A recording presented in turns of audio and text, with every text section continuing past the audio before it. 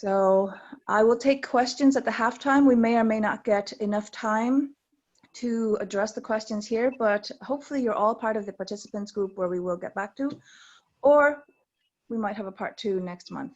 So either way, I now would like to clear my way and leave you in the great hands of Isla. Thank you, Beauty. Hi, everyone. I'm sorry I'm doing this weirdly behind the scenes because if I turn my camera on, then I won't be able to hear anyone and my sound gets really choppy, and people have been moaning about it for a long time. So I don't know what else to do. I've done everything one would think, but anyway, I am here. I'll briefly open it. Hi. And then I'm going to close it again because what I'm going to say is probably more important than you guys seeing me.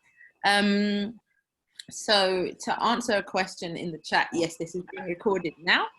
And also I can hear someone else's camera being open and causing, not camera, I mean microphone being open. So I can't see who it is though. Maybe Ottilia, if you wouldn't mind, my love, please mute your mic just so that the recording can record just what's being said and not everyone else's background noise like Penelope was saying. So my little topic to talk about with you right now is how I manifested my gift from nothing. I think that this topic comes up in every single loom because wouldn't it be lovely if everyone had the gift just sitting around? In reality, most people don't have. If you're in one of the bigger loom lineages, $1,440 just lying around waiting to be used for nothing. And yet it is the first stage. So it's often the first fear that people come up against, isn't it? When you are wanting to join a loom and you feel your yes, and yet you think, how am I going to rustle up this money? I was lucky enough to weave for the first time almost 4 years ago in what is now known as the Kahan lineage, but it didn't have a name at that point because it was one of only a couple of lineages that were around. And I was lucky enough to have a big sister who a lot of you might know. You've maybe heard some of her audios. She's called Robin and she's from Canada and she has the most delicious Canadian voice and accent. And she's actually a singer, which is why she has that delicious voice. She's practiced at it. And Robin was telling me and a couple other people who come to the Zoom that you definitely don't need to have the gift money when you give your yes. But what you need to do is be activating on all levels, your physical, your mental, your emotional, and your spiritual, to create that gift. And the way you do that is first and foremost by burning your fears. So she sat us down and had a really lovely fear burning ceremony, which hopefully you've all had or will have when you're joining your looms. And from that fear burning ceremony, the idea is that you're at ground zero. You're not bringing in any of your fears or your limiting beliefs maybe that you've come with. Now, of course, that's a really big ask because it's pretty difficult for one small Zoom with one fear burning ceremony to undo possibly decades of ideas about money and how difficult it might be to get. However, what I then tried was the usual things that people would do if they're trying to get hold of money. So I went to the bank to see if I could get a loan. I went to online to see if I could get a credit card, and I asked a couple of friends who were not single parents on disability benefits, unlike me, if they might lend me some money, and all of them said no. So I thought, okay, I'm gonna have to get a bit more creative. Now I know that there are documents circulating in different lineage libraries that give you ideas, for example, selling something that you have that you don't use, or calling in any loans that you gave out to friends and family that maybe haven't been paid back, selling some old jewelry, like hand-me-down heirloom type of things. And I had already moved my kids to a cheaper city to live in. We'd already got rid of any extra stuff that we didn't need. And having been a single parent for a few years, you know, I kind of already got loans from people. So I didn't think any of those would work, but I tried them anyway. And I think that's another key point, is that you need to try everything possible. You can't just assume. That's why that's one of our threads and alignments is that we don't assume anything. You've got to try it because you're trying it from a fresh perspective. Now that you're weaving, now that you're trying to enter the element of fire, it's about trying everything with an open heart and then communicating that back to your loom, because actually no one will be cross if you don't magically manifest in 24 hours. But what they want to hear is that you're trying and the different things that you've done. So my next step was to go back to my big sisters and my loom sisters. And when I say big sisters, by the way, some lineages have accompaniment by the previous 3 waters who have all completed, and they accompany you through your process. And other lineages don't have that. So if you're in a lineage where you do have that, you'll know what I mean. And if you're in a lineage where you don't have accompaniment, that's who they are, the 3 previous waters.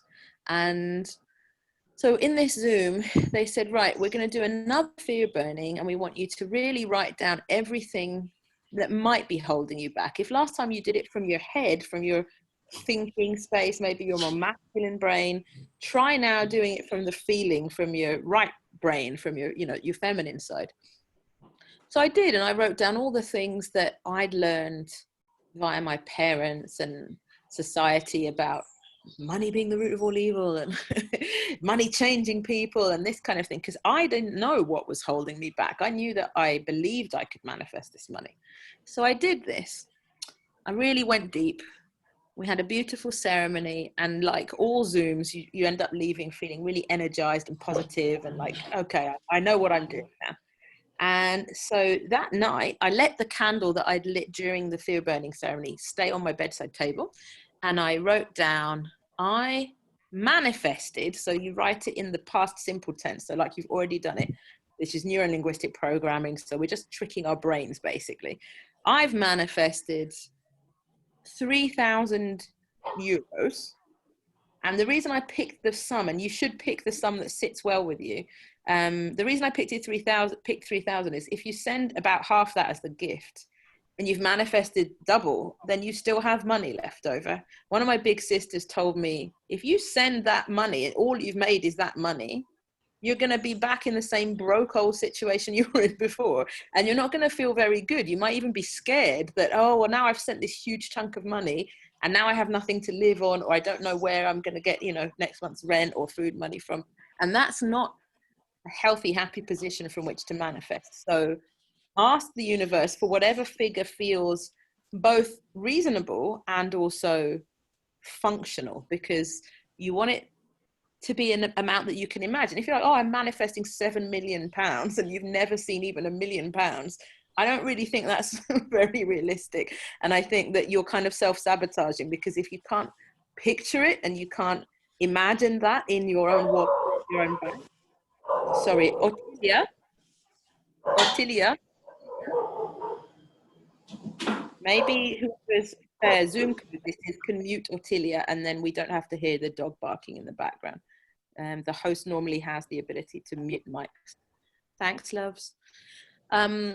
So back to the manifesting. So I lit this candle, or I'd already lit this candle, and then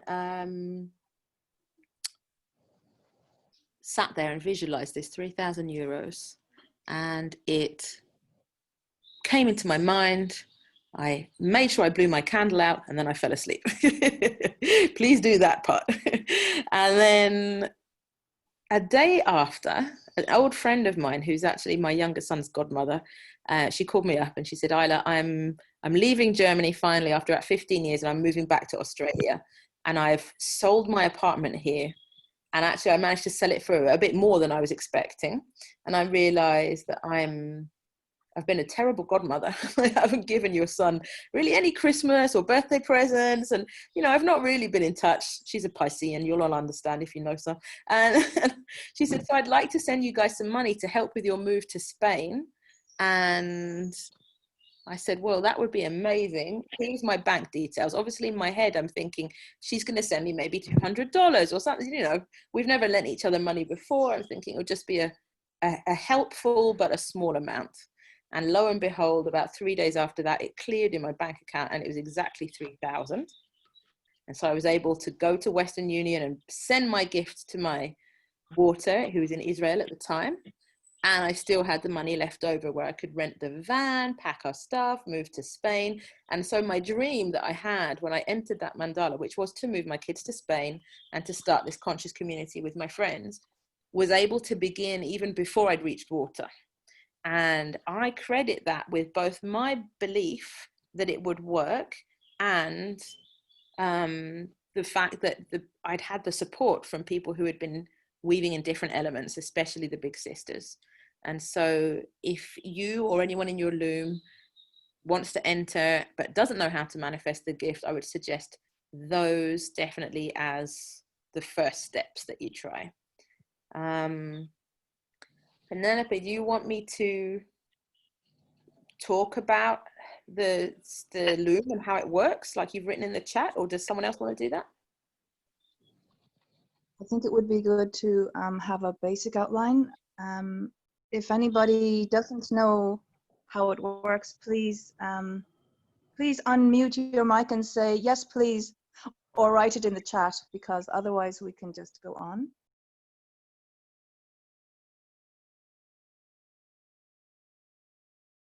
Anybody? No? Okay, I guess we're good.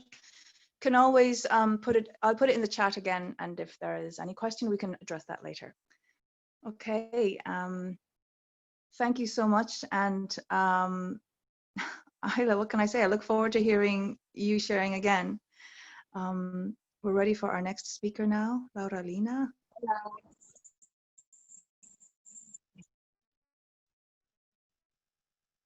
Hi. Bye, guys. Have fun.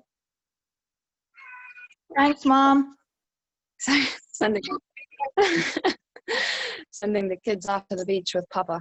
Hello, everybody. So good to see us. And I'm happy to hear that we're all weavers. I mean, I would be happy to receive some sparks as well, but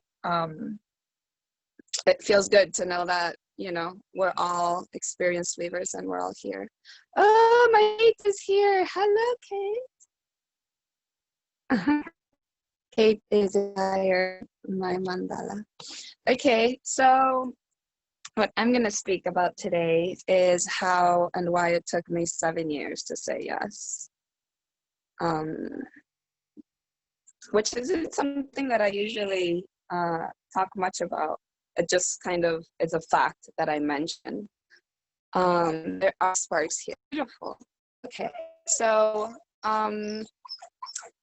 does somebody feel like they want, Ayla, do you want to go ahead and give a little rundown of the loom, since there are sparks, and then I'll go ahead and go on with my talk. I can do quite happily. I think that Petrina is saying hi because she's also in Spain, and I was talking about moving to Spain.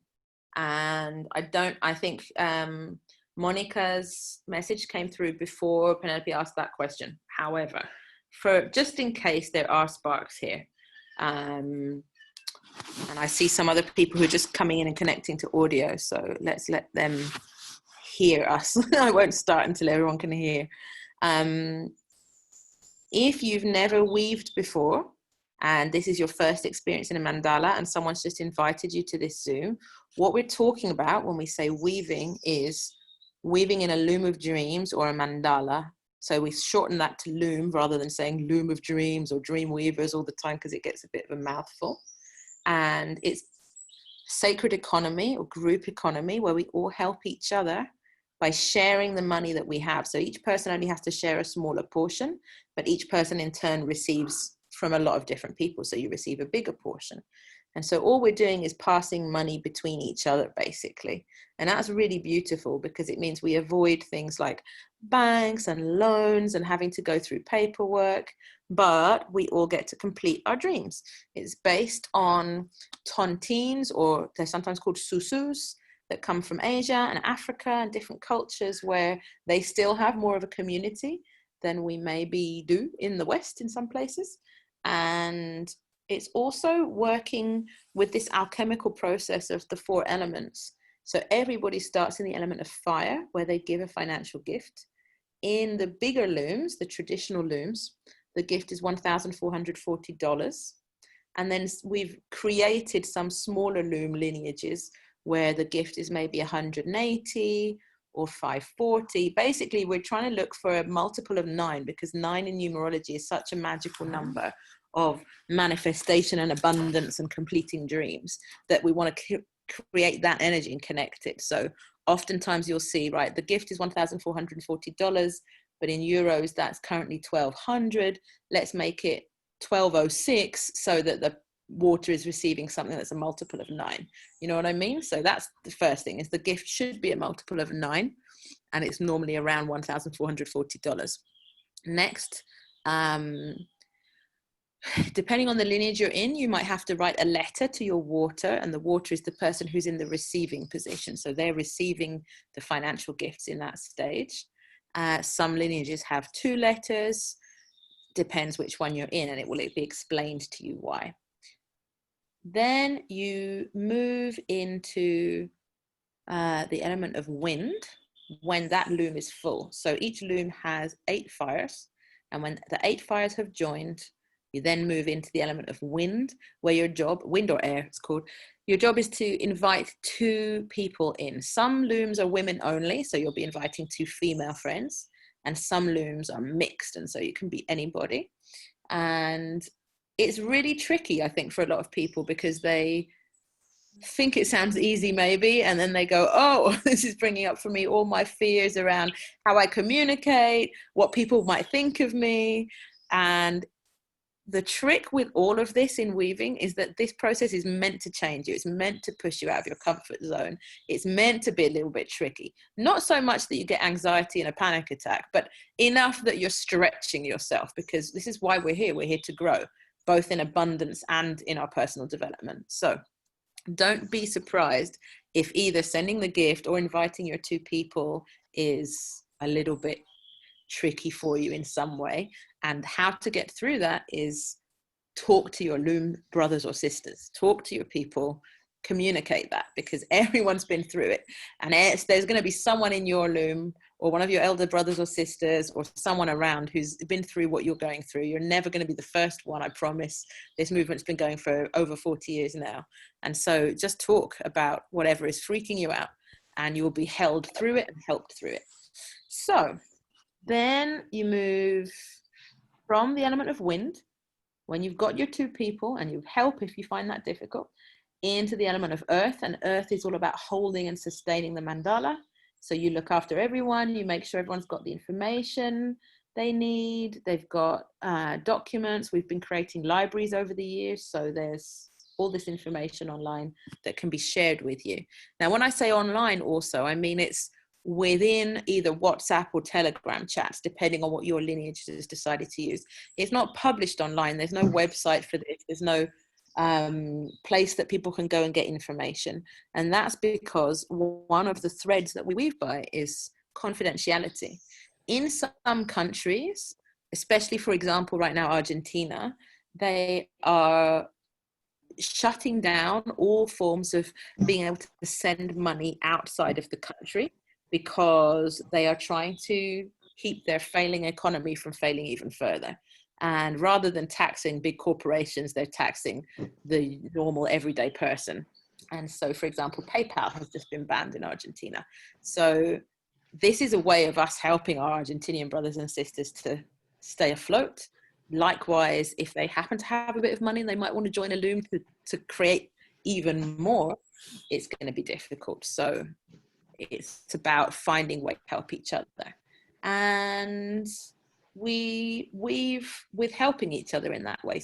One of the ways is not making this so public, so that the people in these countries which might have more difficulties don't end up having problems with their local law or council or whatever. It's currently not illegal in any country to share money, your own money, with someone else. It's not illegal to send a gift, but they do make it tricky in some places. So your job as a responsible weaver is to find out in your country what the law is. Are you allowed to receive, for example, in some places up to £5,000 before you have to declare in tax? In Germany last year, I know that it was no more than 22,000 euros received from any one person as a gift. Well, that's fine, because one fire isn't going to be sending you 22 gifts. So unless you've got a very cool relationship going on there. So check what your local place's laws are, and then you'll know what you can and can't receive. And if you have to pay tax on it, that's also fine, because your taxes are helping for your local roads and schools and all the other good stuff. So, you know, if you're allowed to receive, let's say, up to 4 or 5 gifts, and then you have to pay taxes, that's great. Next comes the element of water, and that's where you receive the gifts. And that sounds like the most fun, but often it's really tricky because we're not used to receiving. And so when you finally reach water and you think, oh, it's all plain sailing for here, funnily enough, up comes the stuff in wind about communication. Maybe you have more fears come up, like you're in fire again.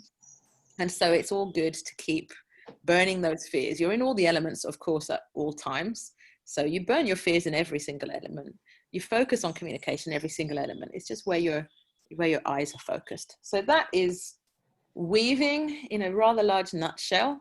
I'm sure there's questions, but let's keep going. And I think it's Lauralina's turn. So back to you, beautiful. Yay, hello.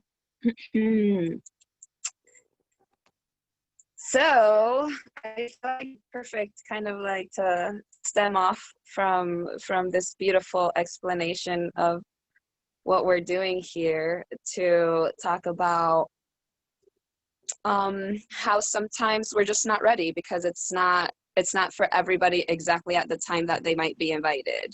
And it doesn't mean, and I think I bring it up more for us when we invite and we receive that sacred no, to know that we have planted a seed and not, you know, we talk about it a lot, not to take that no and let it affect us. It's not a no for us personally, it's a no to the movement, etc. But really, so in my experience, by the way, I am Lauralina. I am now an older sister, or ether, or guardian sister. We have so many names for them now. I am in an 1111 lineage, and so I'm in fractals that feed the 1111 mandalas. So I've been through all the elements, and I'm now supporting as an older sister. I've also been blown in as an older sister, so I'm older sistering many mandalas.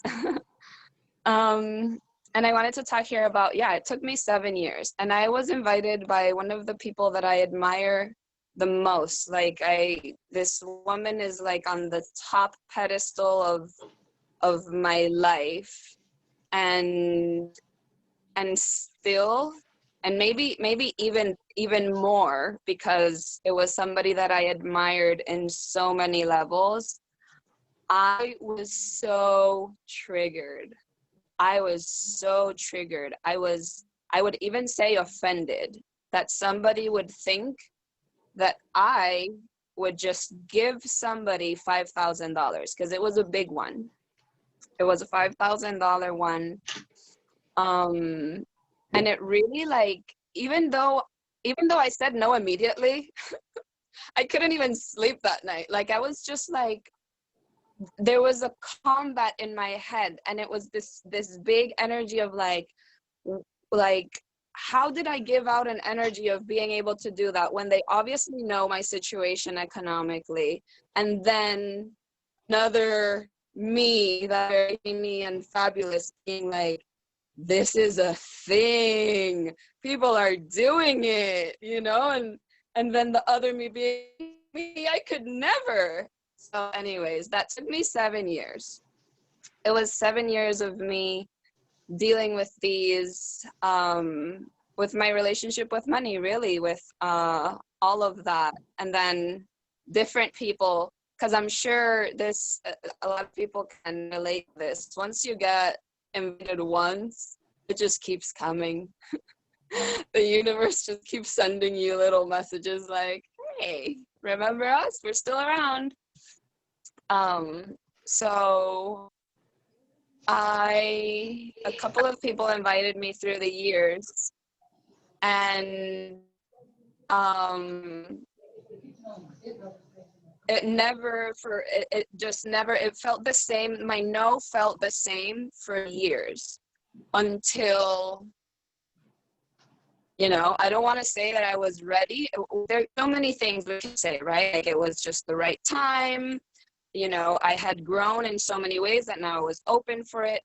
All the things, I could check all the things from a list. I had just gone through Hurricane Maria, which I lived in Puerto Rico with my family, and that was a devastating time of our life. It was like apocalyptic. It was the most intense time. But from that, we grew. We had to renew all of our existence. Everything we knew we were, we had to change everything, to start from absolute zero. And we were finding ourselves doing what we really wanted to do forever, which was build sustainable homes. We really got like super into our dream. My husband's an engineer, and we just started like hyper focusing on that dream. And as we're building these earthships in Puerto Rico, and which was, you know, our dream, so suddenly I'm living my dreams, and towards my dreams, I'm in that frequency, and I get a call from somebody who I haven't been in touch with forever, and they just saw my project on the news, and they wanted me to meet a group that would really resonate with my project, and that, you know, they could see how this symbiotic relationship could be really great. So of course, it, again, and that's another point, like I was blown in through my project, my dream. It was I see your dream, I see your passion, I can relate to that, and I have a group of people that can probably relate to it too and would love to get behind this. And I was like, whoa, right?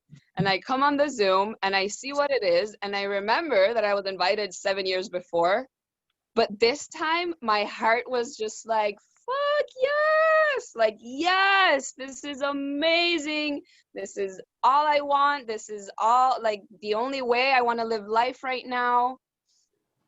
I had just gone through a purge that was the biggest purge of my life, of losing everything, and then focusing on my dream, and I was totally ready for this. So I just want to share this experience because a lot of times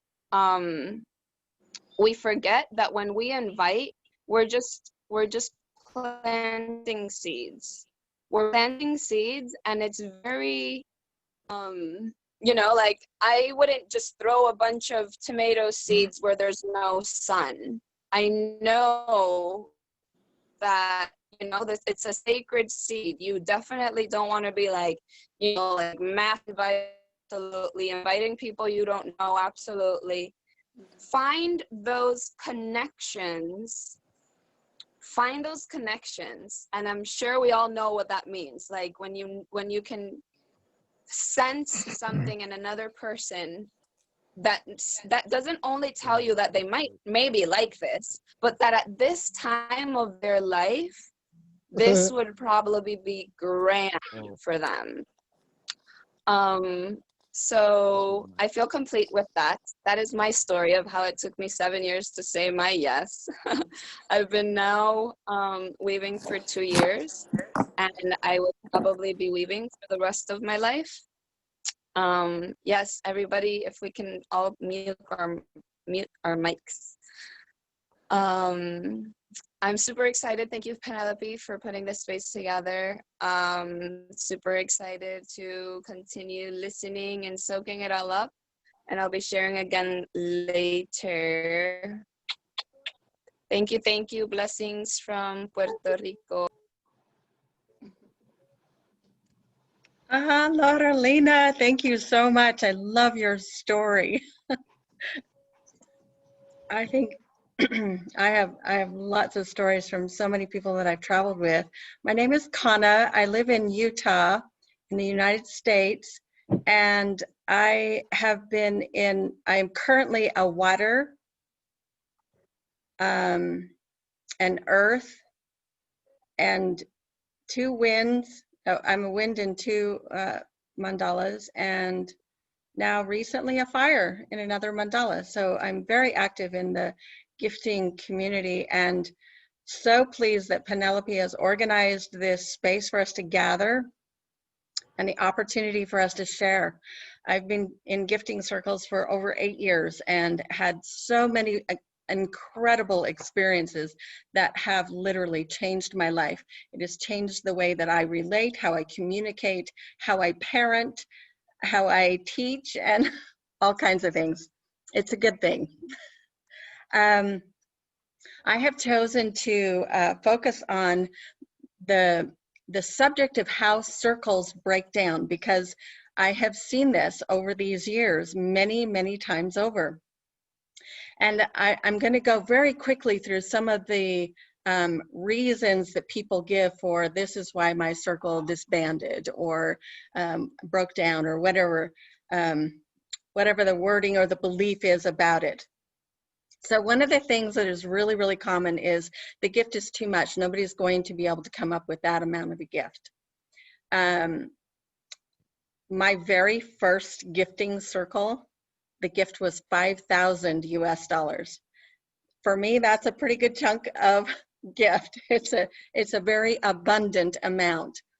And on paper, I did not look like a great candidate for coming up with a gift and being free to be able to gift with no expectation of return, with the situation that I was in at that particular time in my life. And yet, through many different miracles, the moment I leaned into my yes, the gift appeared. So the idea that the gift is too much is simply an idea. It's a thought, and it has absolutely no bearing on the validity and the value and the movement of a circle unless somebody puts that energy on it. So that answers that one. I've also heard the economy is bad. And this, again, is a perception, and a perception that can be very and devastating. And I've heard in many different talks and workshops and trainings that I've been in that, well, this is reality. And we have to look at reality. We have to consider what's real and what's really going on in order for us to be responsible with our money or with our time or whatever it is. And honestly, our reality is really what we make of it. So if it's breaking down because there's a perception that the economy is bad, it's because there is a buy-in. There are people who are buying into the idea that the economy is bad and therefore things cannot move forward. We cannot experience flow. When the shift becomes, what do I really want to create, and how do I want to see the flow of abundance and the gathering of support and the realization of dreams come true, when that is the focus, it doesn't matter what the economy is looking like on the stock market or in somebody's, balance sheet of, how the economy is. So there's that one. I have come across this one many times.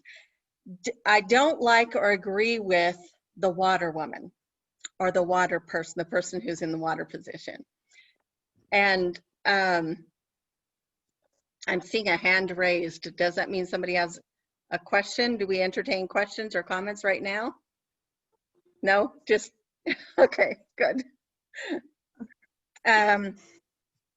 So when I have dealt with the question of whether or not someone in our circle has agreed with the water or even had some kind of disconnect or disagreement with anyone in our circle, it all comes down to what this can break a circle down. It can be the reason for a circle not succeeding and not moving forward. It can be a reason for stalling and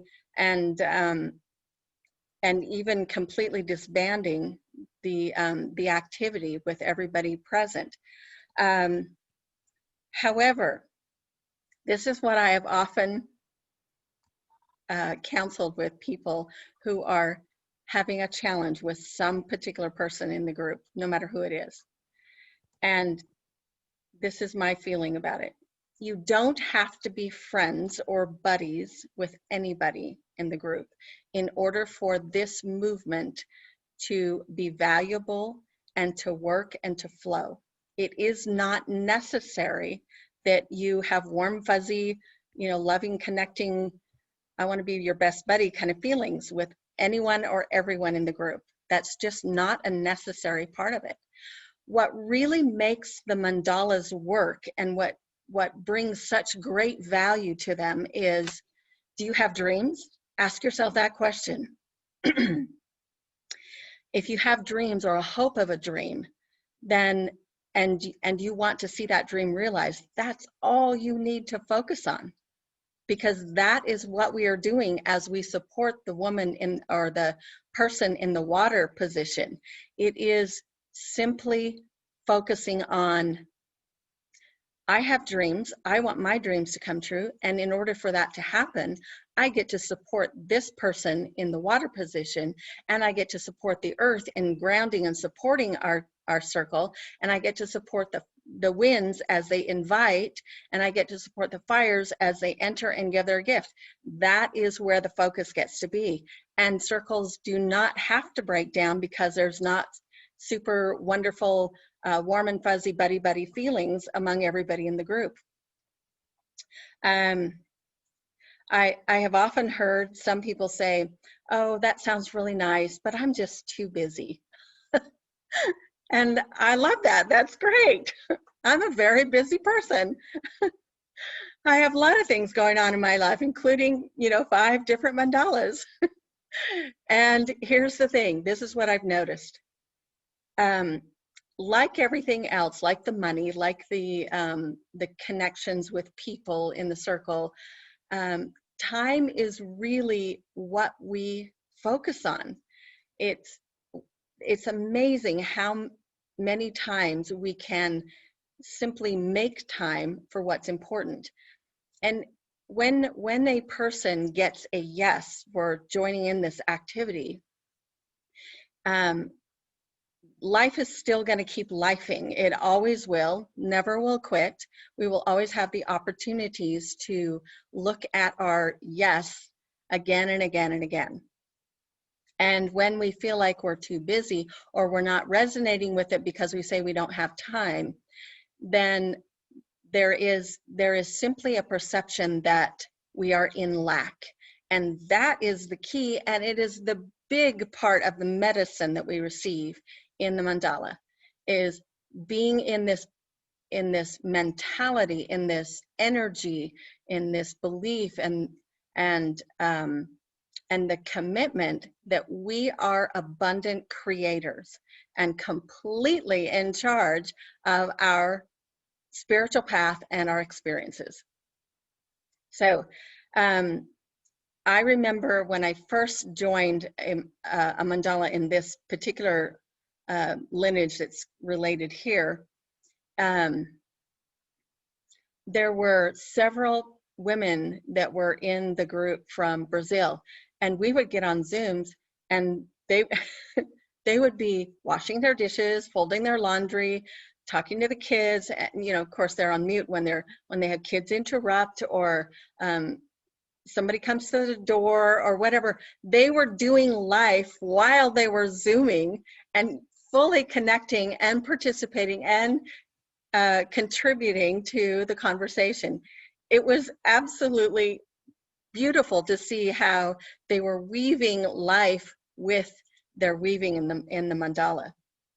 So in the group where I am the water, I suggested to them that we get on a Zoom, and I said, we're going to do it Brazilian style. I'm doing my dishes while we're Zooming, and then several other women joined, and they said, well, I'm doing my laundry while we're weaving. I'm putting my makeup on to get ready for work while we're weaving and connecting on our Zoom. So there's many, many ways to make the time to be available and to connect with this movement. Another thing that I would like to share with you is I have heard on several occasions people who say, oh, I joined this mandala because I feel safe and there's so many wonderful people here. And I had this other experience where it wasn't that way. Or some people in the circles that I have been in and said, I don't feel safe here. I don't feel like I can connect. And the moment that issue comes up, I immediately look at, how am I not safe? If ever there is a question about safety or comfort or connection, that's the first place that we get to go, is right to the heart. If it becomes an issue outside of yourself or somewhere out in the circle, then there is a loss of connection. And that's where circles definitely can break down. And that's where our commitment to do our personal work becomes so very valuable. In that place where I don't feel safe, or I don't feel comfortable, I don't feel like I've been heard, or whatever the question or the issue or the concern might be, that's where I get to take a breath and really go inward. Take into account, what am I creating in my thoughts, in my heart, in my immediate outward world that makes me feel unsafe? And there's also been a question about when the movement slows. So when I have seen circles who have had the challenge of being moving along to a certain place, and then suddenly there's no inviting, like, or when we do invite, there's a lot of no's, or that we get on Zooms and there are no sparks, or somebody will say, yes, I'll join, but then they don't come up with their gift, or they don't meet their commitments in the fire position, or winds don't meet their commitments in the wind position, or earths kind of disappear and are not available for support, or whatever the case may be. When a mandala slows down, this is the prime opportunity to really go inward, to look for what are my levels of impatience and doubt that rise up. Because invariably, when a circle slows, there's worry that it's not moving. And some of you may be familiar with the growth of the bamboo, and how for years it develops its root system, and you cannot tell what is happening with the growth of the bamboo, because it's all underground. It's all behind the scenes. There's no way you can tell. But then when the time is absolutely prime, the bamboos shoot up and they grow very, very quickly and very strong, and they can fill an entire space in a matter of days, not even, just weeks or months, but in a matter of days, the bamboo field can be absolutely strong and abundant. So keep in mind that anytime you notice some slowing in your circles, it is very likely that underneath growth that is happening. So take a look at how your growth is going, how it's going for you. What are you noticing? I love that it's already been shared that before you even get into the water position, you start noticing abundance flowing. It's not just about receiving a gift, it's all of the steps along the way, and how in the fire we attract and we acknowledge and we join in abundance because we're giving a gift. In the wind position, we're inviting, and we're sharing and whispering our invitations and our love and our enthusiasm and our knowledge of the mandala activity and the mandala movement.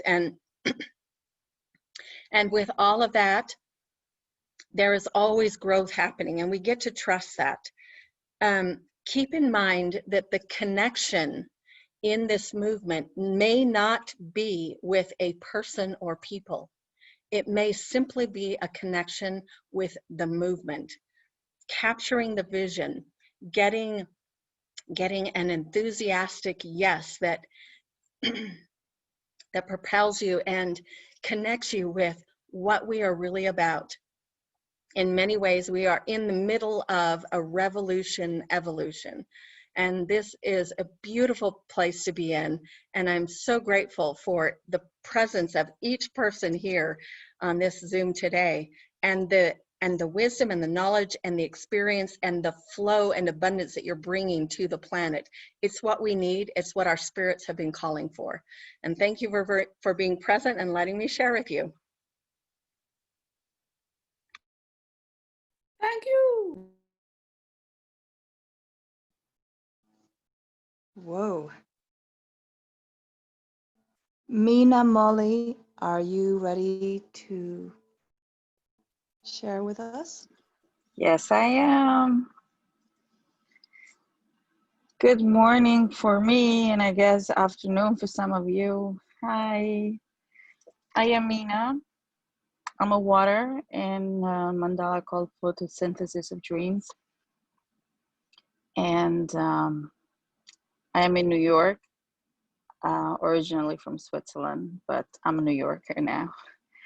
And I'm very happy to come here and see so many new faces here that I have not seen other Zooms that I participate, and some very, very familiar. I would love to share with you my journey in this movement, because I think it's so important to hear these journeys from each and everybody, because it resonates something within us. This movement came to me at exactly the time that I needed it to. It's when I started doing taking some self-responsibility, doing some soul searching, and understanding that I needed change. I wasn't happy. I wasn't happy with anything. And I realized that once I entered this movement, everything is up to us. Everything is up to me. The way I see the world, what I'm thankful for. I realized I wasn't really grateful for everything that I have achieved. It was like, yeah, I did it. So, it was very like not giving worth where it needs to be. Everything in my life has worth of gratitude. So it was really nice hearing all of you sharing. For me, what I understood is every thought that I have about anything, it really reflects on how I see the world, how I see my life, how I see my friends. And what I have learned here is that appreciation, gratitude, it's first thing that any of us really should have. At least that was the key for me. And taking my time to honor myself. Honoring myself means I learned how to honor others, because everything that I give myself, I am able to give to others. And this movement has helped me have structure in my thought patterns, in my relationship with what abundance means. You see, for me, before this movement, the abundance was really mainly money. And my relationship with money was really distorted. Hello.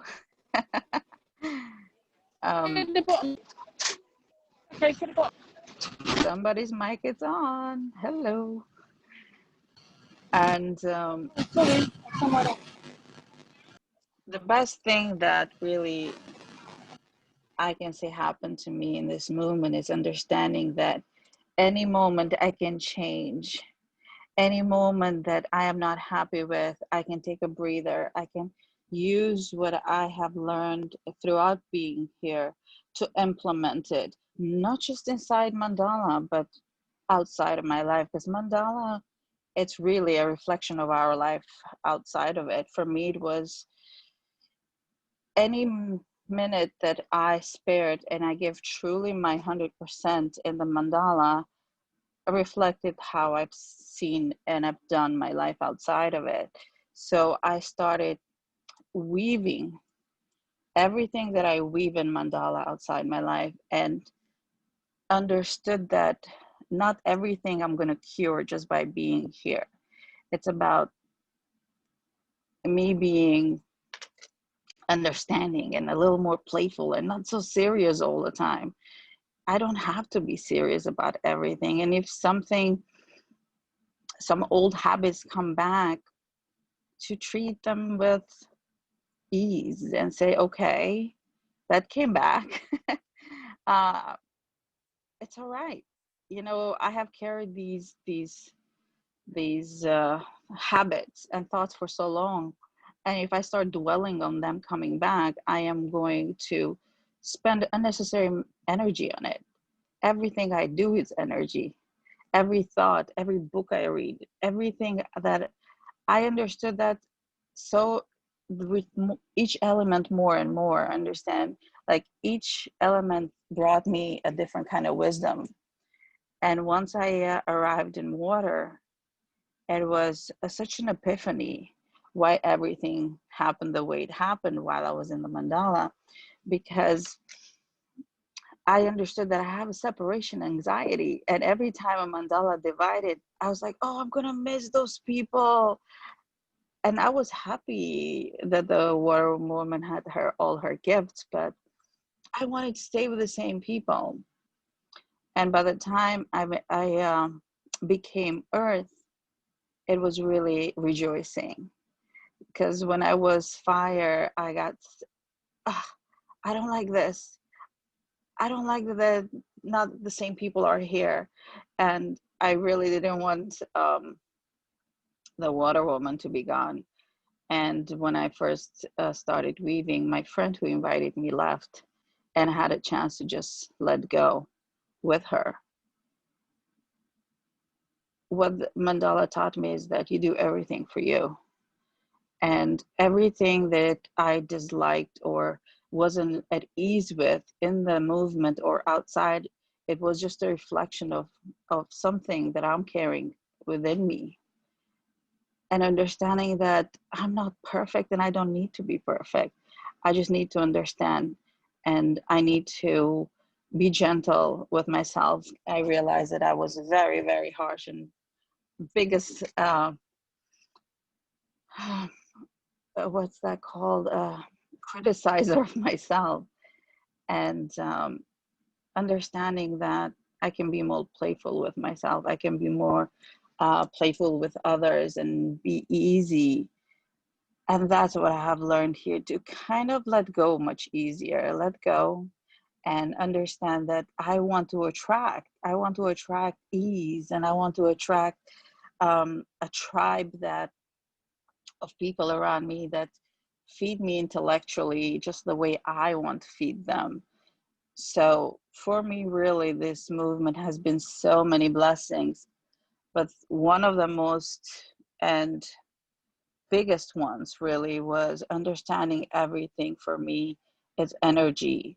And I knew that. It's not like I didn't know it, but you know, once you start focusing on it, once it's life, because mandala, it's every day. It's not, oh, today I don't want to do it. You can, but that's like not allowing yourself to be healthy, or not to eat, or not to drink water. So for me, mandala, it's life. Whatever I put in it matters.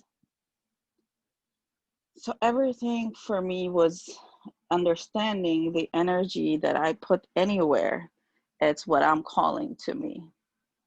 And when I lack it, because I don't know, I have a day where I didn't meditate and I didn't do my usual spiritual self-care, sometimes, you know, the waves come and not everything needs to go up. The nuances of my life teach me what I want to attract. Without those nuances, I will not know what I want and what I don't want. So mandala has been an amazing experience of my life, and I most likely will be in it for life, but mainly because we are we are at the point of our lives, at least I am, where I understand I'm not here to solve all of it. I'm here to find more and more and develop and grow. And I'm going to conclude with one thing. Any doubts that I've ever had reflected on the doubts that I had on myself. So I take my time. When I have a specific thought, or if there was somebody in the movement that rubbed me the wrong way, I slept on it. I slept on it and I meditated and I saw that, okay, why it's bothering me, why and what is bothering me. And then once I understood where it came from, I approached the person and we spoke about it and we laughed about it because we reflected on each other. So self-care has been really, really important here for me. Understanding that I cannot give without giving to myself first. And it has nothing to do with being selfish. It's about you cannot give what you haven't experienced on yourself. Being gentle, being generous, being grateful. So all of those, really what we sometimes take for granted when we give it to others, if we don't give it to ourselves first, I'm emptying my energy basically. So in water, I'm going to conclude with my experience in water. I always was a giver.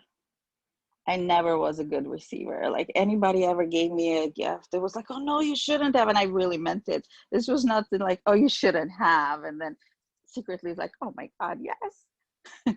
It was really, you shouldn't have. It's like, oh, I'm not comfortable with this. I mean, with closer family, it was a bit different, but like anybody else gifting me, it was like, oh, uncomfortable.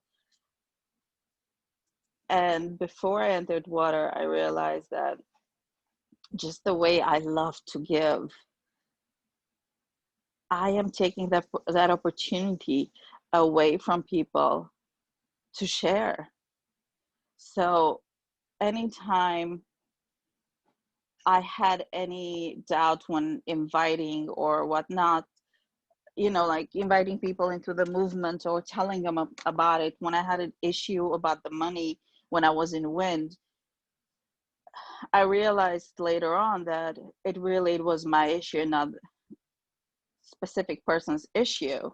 So in earth, I realized once I grounded and once I understood what nourishing is, that I'm taking away this gift of giving. It's so powerful. And I know what it is to give, but I'm taking it away from others when I'm not allowing that receiving. And now I am like really open to it, and it's a blessing, and I say thank you with all my heart. So I have been able to level up my feminine and masculine energy, and that's what that was. Being able to feel feminine and vulnerable does not mean not strong. That used to be my my issue. I always felt like being feminine is always weak, and here I'm able to level up. It's never ending, my experience here, so I'm not going to continue. There's so many more stories here to be told, but I'm very grateful to be here and listening to all of you and sharing this little piece of my experience in this movement. Have a wonderful day, and I'm passing my word. Wow, that's amazing. I'm definitely going to be watching this again. You know what? We are at our time for a little break, so I'm going to just instruct everyone to do what you need to do. If you need to go to the toilet, if you need to hydrate, please do. For anybody who is still here, I'm going to invite you to do as I'm doing, and that is to get your butt off your seats. I'm at Granddad's house, so don't mind me if I feel like I'm coming across quite embarrassed. And I want you to, I can't do this holding the phone. Yeah, I want you to stand up and take off your shoes and just have a stretch. You know, I don't know if you're on a phone or a laptop, but okay, so this break, I'm just, if you're not hydrating or what else are you doing, going to the toilet? I just want to move our bodies because we're stationary when we're doing these Zooms, right? So just move your head, your neck, your shoulders. You know, don't be afraid to get funky, because if you are on a phone like I am, then, you know, our posture is doing strange things that we don't even know that we're kind of misaligning our posture, I suppose. Hey, so stretch the chest out, those arms kind of like open up. Don't be afraid to open up your chest and also your waist and your hips, this middle part of us that's just like locked into a car, locked into sitting down, breaking all those connections in our pelvic bowl and numbing our anatomy. You know, this is the middle ground. So just poke your butt out and stick out your knees as well. Wake up your feet. You can do a little, this is what I'm doing. I don't know if you can see it. Okay, and I'm gonna speak up. Really excited. So happy. If you would like to put any questions, please put them through and we will get to them. If not today, then we will get to it in the participants group or even next month. I'd like to call Isla Marie, if she is still in the house, to prepare for starting us off on our good woman. And well, Teray, are you ready? Is everyone else ready? I hope so. Okay, lovelies. Well, kind of following on from something that Kana was talking about in her segment there, why mandalas break down, she was saying, and the different reasons. My first experience of weaving, after manifesting that gift that I told you about, then continued on for another 2 and a bit years, so I was 3 months in fire, I was a year in wind, and a year in earth. Now, either everyone else was cleverer than me, or everyone else was more fearful than me, because one by one they all left. But what happened was I was the only one left in my mandala at the end of those 2 and a bit years. So the reason that I think I didn't leave after everyone else did, and why I still had faith in the movement, is that I came to Zooms like this, and I was in some of the international chats. And so I could see people completing. I could see people, even if I wasn't in a loom with them, showing the photo of, you know, the car they'd bought or the house that they'd built with their gifts. And so I knew that it worked. And I also saw how the women that I was weaving in, because that first loom was women only, were leaving when things got tough the first time and they were getting frustrated, but they weren't pushing through that frustration barrier to find out what was behind it. They were stopping at that frustration point and saying, right, this is how I feel. I'm frustrated. This isn't working for me. I'm going to go. And I actually see that as sort of endemic in our whole society. I think this is why our divorce rate as a society is over 60%. And I'm talking to you whilst going through my second divorce. Don't worry, I'm not judging anyone. I'm saying I think that we have this as a society in general, that people tend to quit things when they get too hard. And so well done any of you who have finished a university degree or a college course, who have, you know, been married or in a long-term relationship for more than a couple of years. All of those things show that you know how to get through something. And if you haven't got there, that's fine. That you will do it, because the right thing needs to call you at the right time. So I had just gone through the breakup of the marriage, which now 5 years on, I'm getting divorced from. And I had to move out of the city I was living in, and I'd moved to this town where there was no red tent groups. And I'd been running and hosting red tents in the city that I'd lived in before. So I suddenly was without the love of my life, my community around me, my support network, only because it was cheaper to live in that other city. And I started to get sicker and sicker.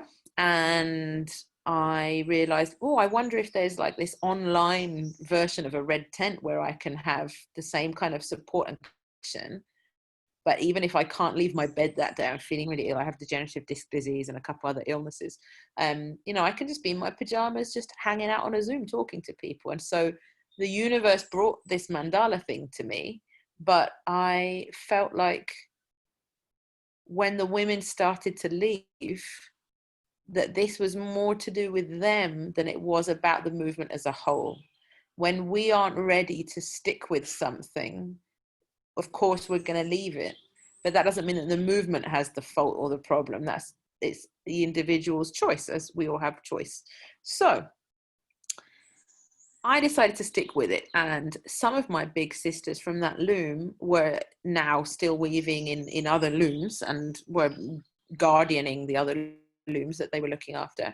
And so I just called them up and I said, right, the last 3 women have decided to leave.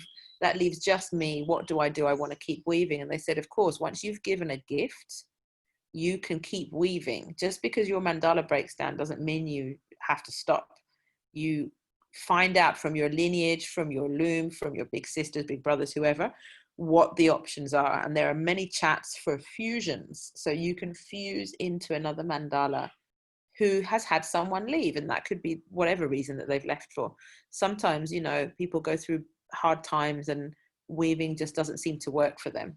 I'll speak more on that in a minute though, because I've come to realize that's not really true either. But anyway, I fused into transatlantic lineage. I weaved there for a while.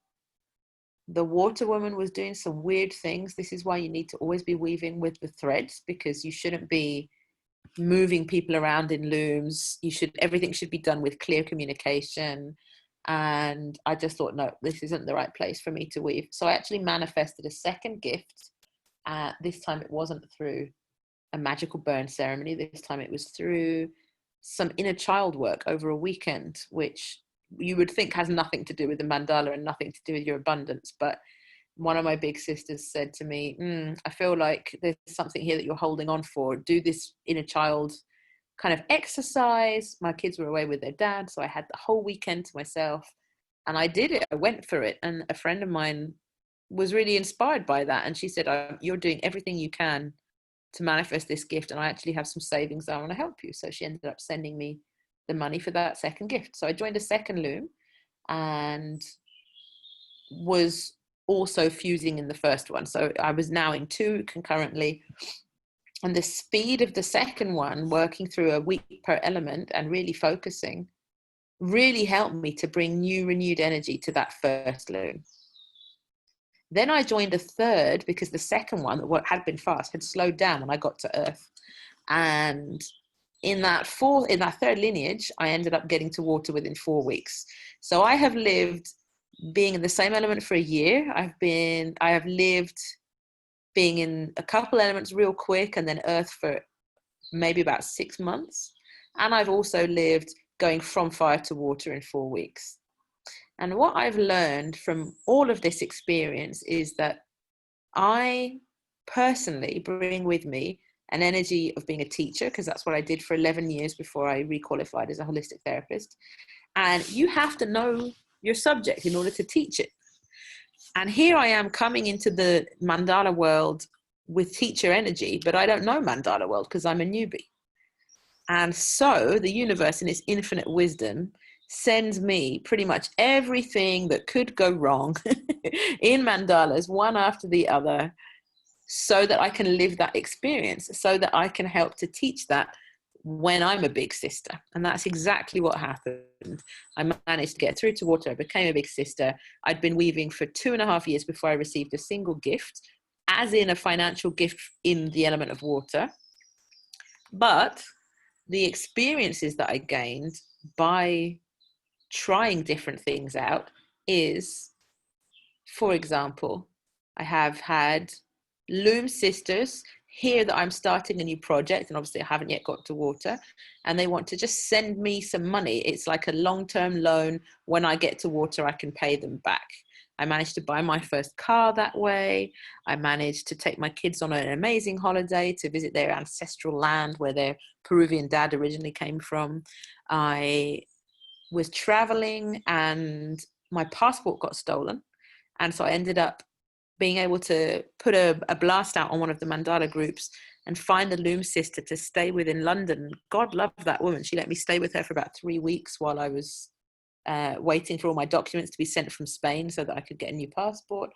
The gifts in terms of what I've received, the love, the care, the networking, the sister and brotherhood, the amazing connections, that is without price to me.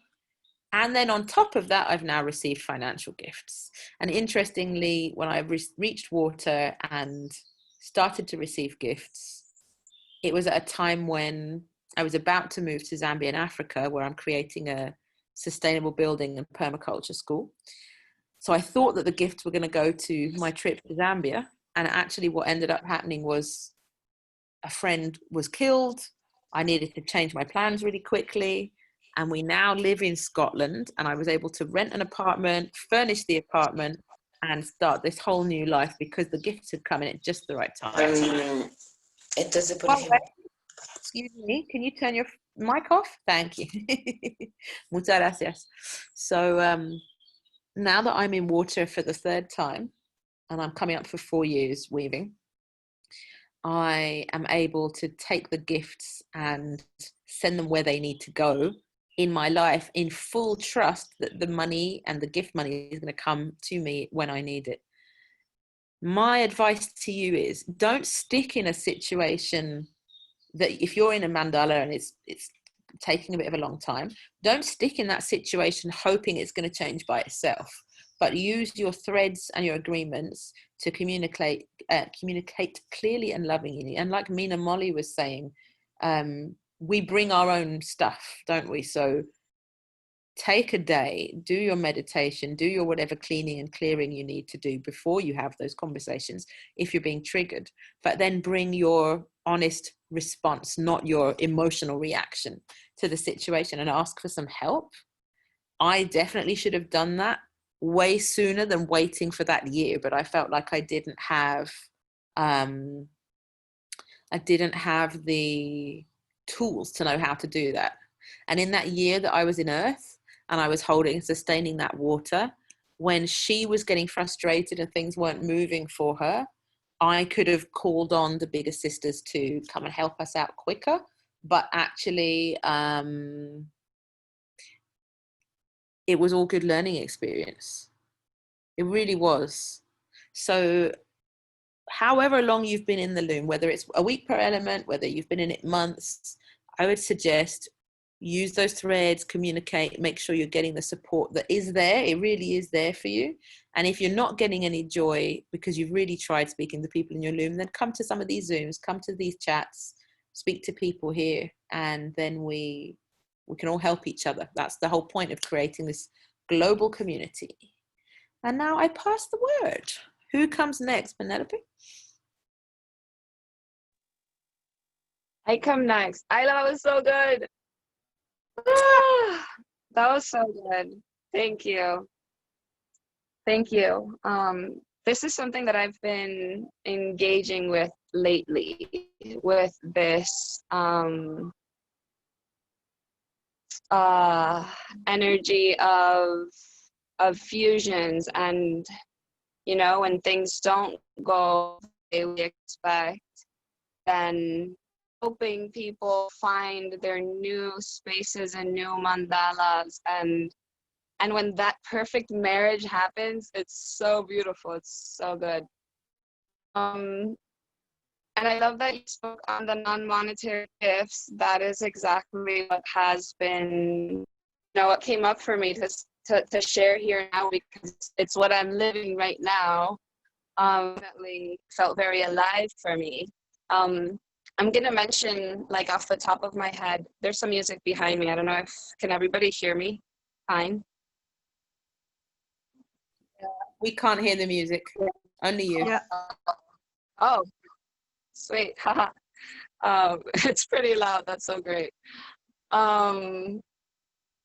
So off the top of my head, and I've only been in one like big, like I came in as fire and graduated as an older sister in one big mandala, but I've been in many little smaller fractals.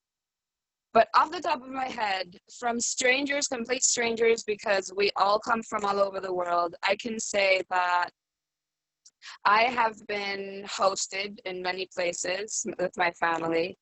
I saw one of our fires be pregnant and not have transportation, and somebody, the water, just be like, take my car, like just like that. Another earth, a wind went through separation, and again was transportationless in a new city, and an earth happened to have a motorcycle in that city and let her have the motorcycle. Just like there's a constant web of unconditional support that is it's unexplainable. The things that at this point, with my trust in this community and how much I love and I see the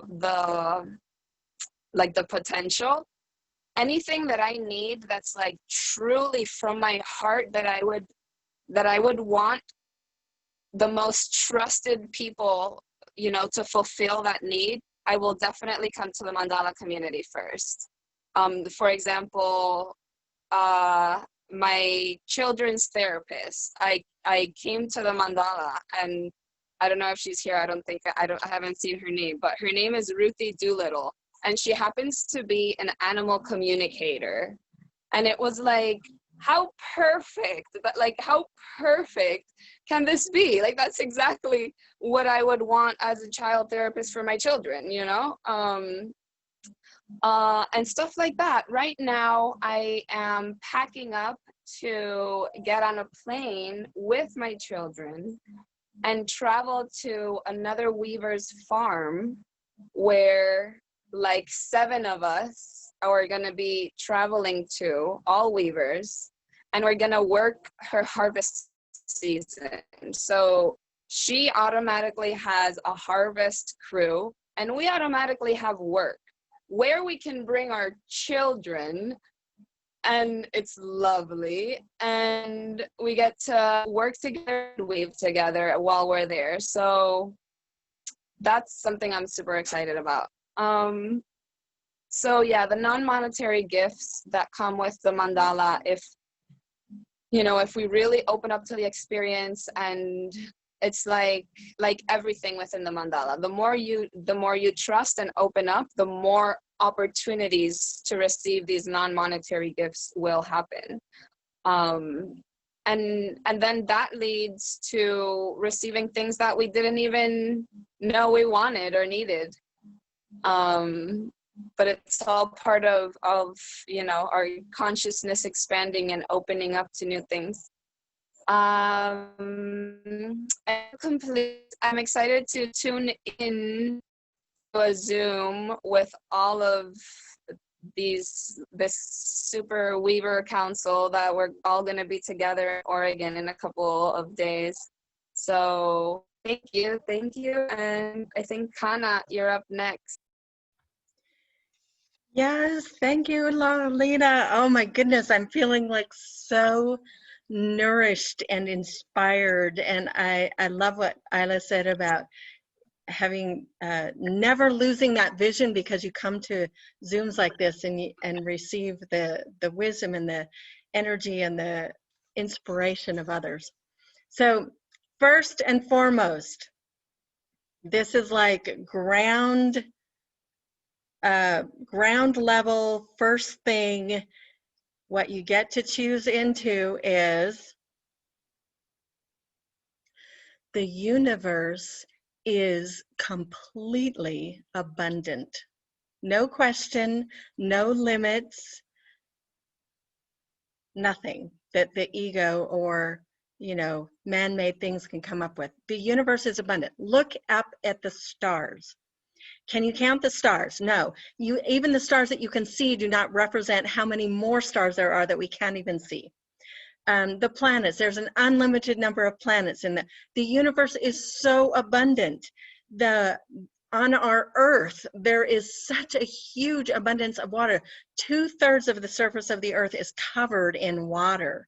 or oceans. And then there's the freshwaters as well. And there's trees, and there's jungles and deserts and air and mountains. And there is so much abundance. And every single season produces fruit, and every fruit produces seeds that then produce more. And every single thing around us is so abundant. There is no question that there is abundance in everything, and that's where we begin.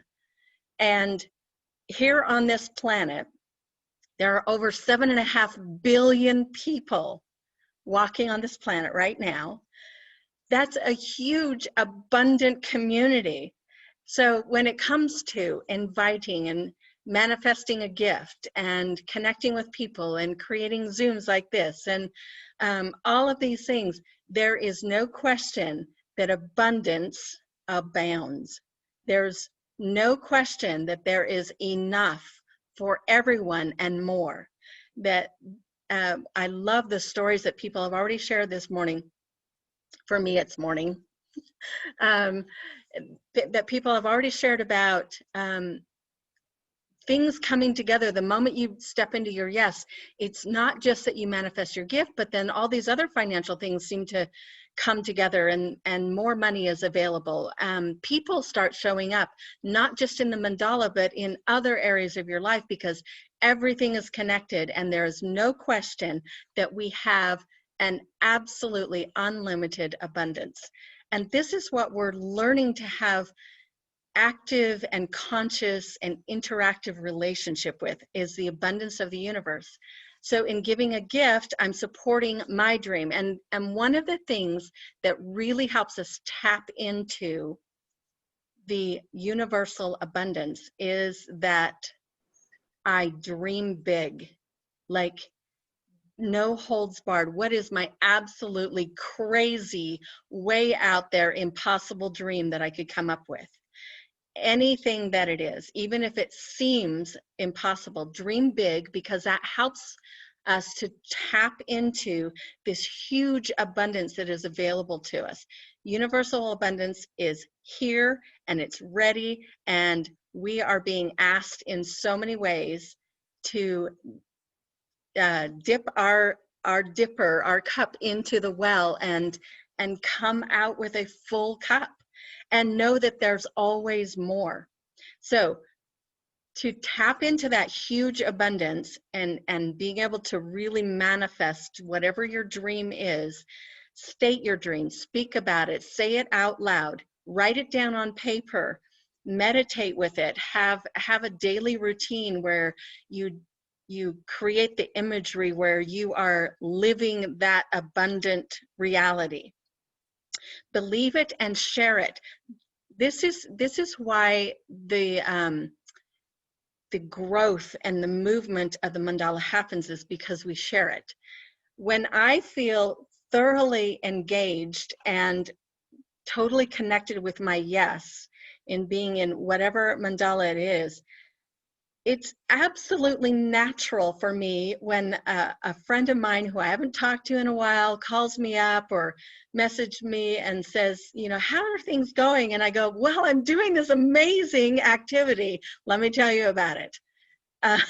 And it becomes a natural part of the way that I share. So in sharing it, I really tap into the limitless possibilities of creating and manifesting the dreams of my water woman, my own dreams.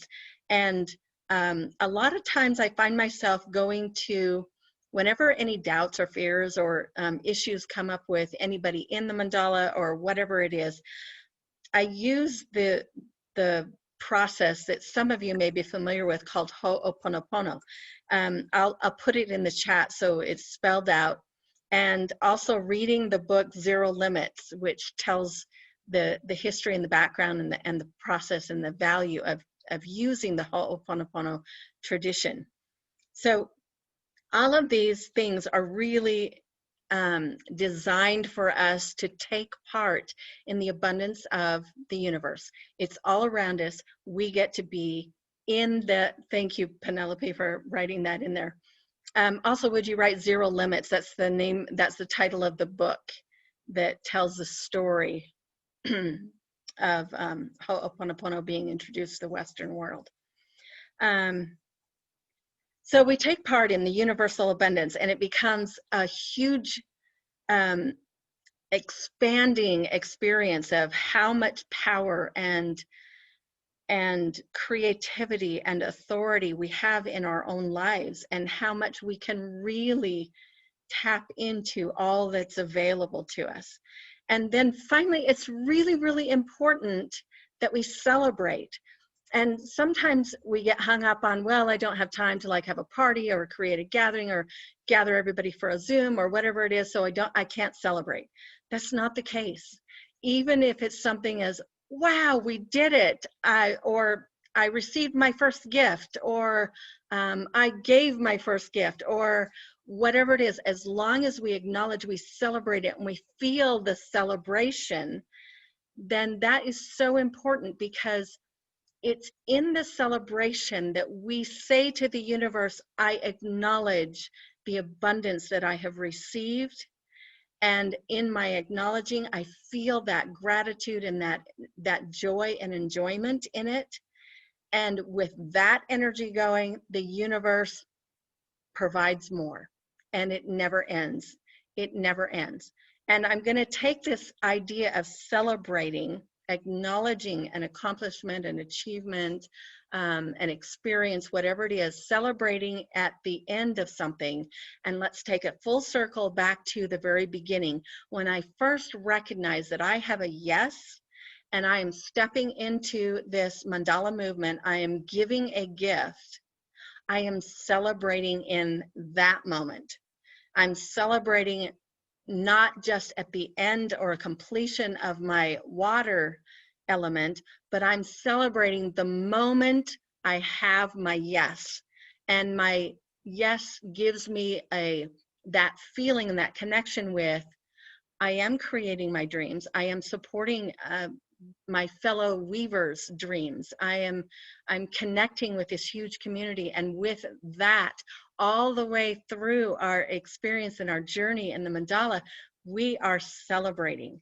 Celebration is so important for gathering. It's congealing, it's bringing all of that in. So it acts not only as an acknowledgement at the completion of something that we experience, but it also acts as a magnet to draw in the experience that we choose to have. So again, thank you. I feel so nourished and thrilled that I get to associate with all of these masters here in this group and to share this. And somebody said earlier, can we share this video with Sparks? Absolutely. This will give lots of really great information for anybody who is interested, who desires to have that experience and that additional support in their journey. And thank you all for being part of this community. I am honored. Woohoo! Thank you. Is Mina still here? Mina might have. Yes, I'm here. Woohoo! Bonus. It's hard to leave, even though I have commitments, because it's so beautiful to be here and kind of have that energy expand so big.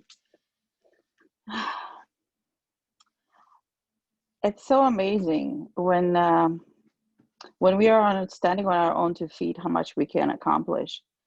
But that multiplies so magnanimously that when others joined, you can't even give it a number. It's just like infinite. I don't know if I'm saying that right, because infinite, whatever. You guys get what I'm saying. I'm getting ready, so that's why my camera is not on. But I wanted to touch base on some things that was shared that triggered for me to share with you. Of course, now I'm drawing a blank, but I'm just going to speak from the heart and just share some more of the lessons I've learned here. The most really the most desirable outcome for me here has already happened. Understanding the how great it is to work in community. Um, I always thought that doing things on my own, it makes me so strong and so independent and blah, blah, blah, blah, blah. Ego, ego, ego, ego. You know what I mean? And working in community is just so fulfilling because it's not so narcissistic, because it's very easy to become narcissistic when it's me, me, me, me, me. And this is where, you know, sometimes this could be misunderstood, the taking care of yourself first. It's not about I'm the most important thing in the world and nobody else matters. I'm the most important thing in the world and everybody else matters just as much. That is the difference. And you know, I get to live that every day. I get to live that every day with my community, and not just with the my mandala, but everybody who shows up in all of these Zooms and the Sunday Zoom that we have created. But the most important thing is I don't always need to have an escapism. This is what I used to do a lot before the mandala. A lot of escapism. What that is, oh, I need to go out and be around people and drink and party. Not that that's bad. In doses, that's all great. But I have learned there's this amazing place within me that when I need the peace and when I need to recharge and when I need to find answers, that's a place that I can go to. And that place can look differently for everybody. And that place, for me, it's a meadow with so many wildflowers. Um, I did not create it. It just came to me. And understanding that wisdom answers all of that lays within me. And every time I am looking for nourishment to give or looking for answers, I can look within.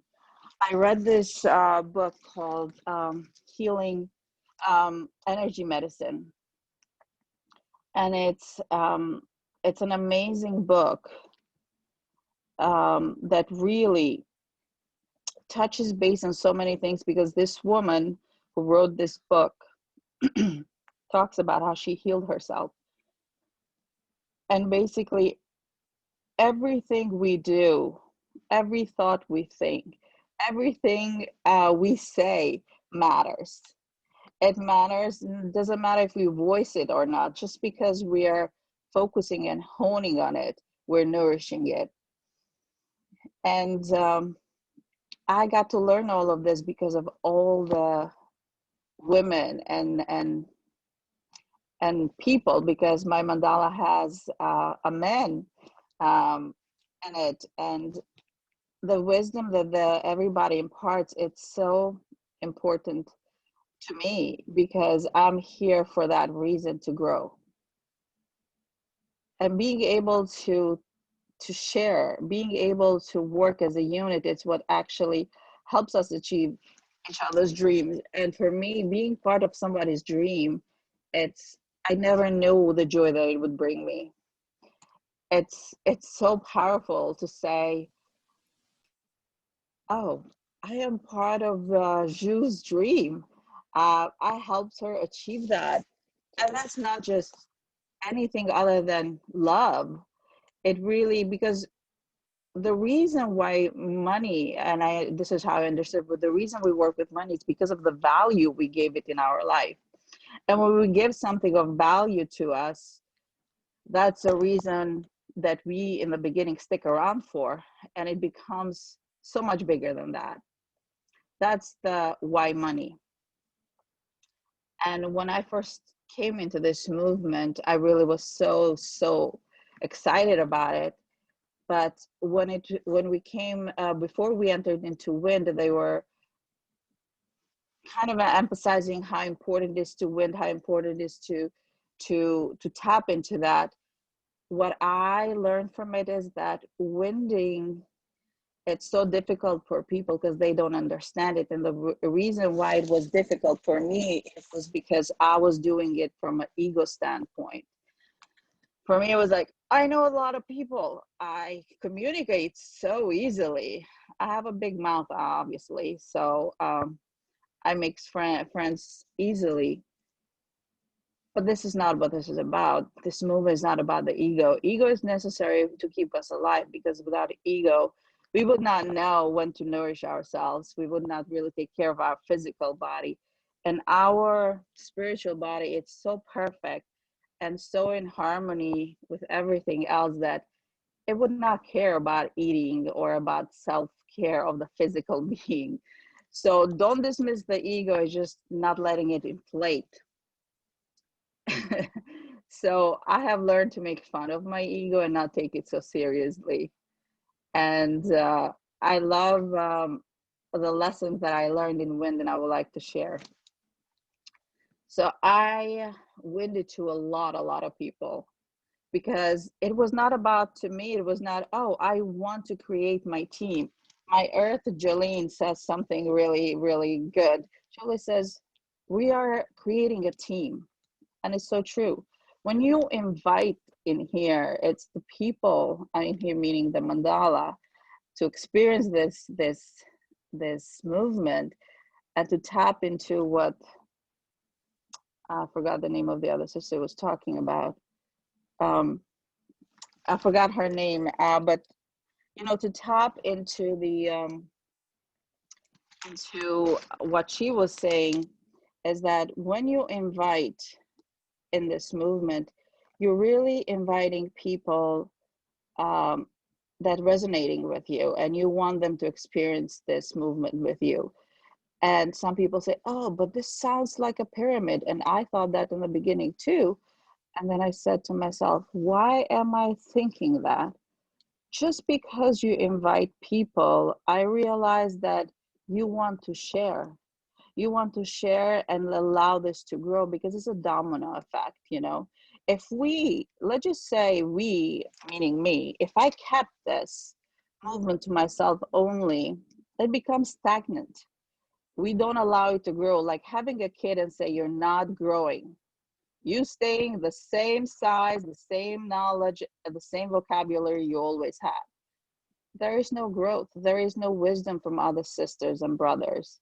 So it's important for this movement to grow, because it has done so much for yourself. I mean, when we are really honest about everything that we have learned here, we are still learning.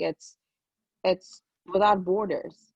So me not inviting, I am water and I have fulfilled my tasks, but I still invite, like I'm sorry, I'm forgetting the name of the lady who went before me.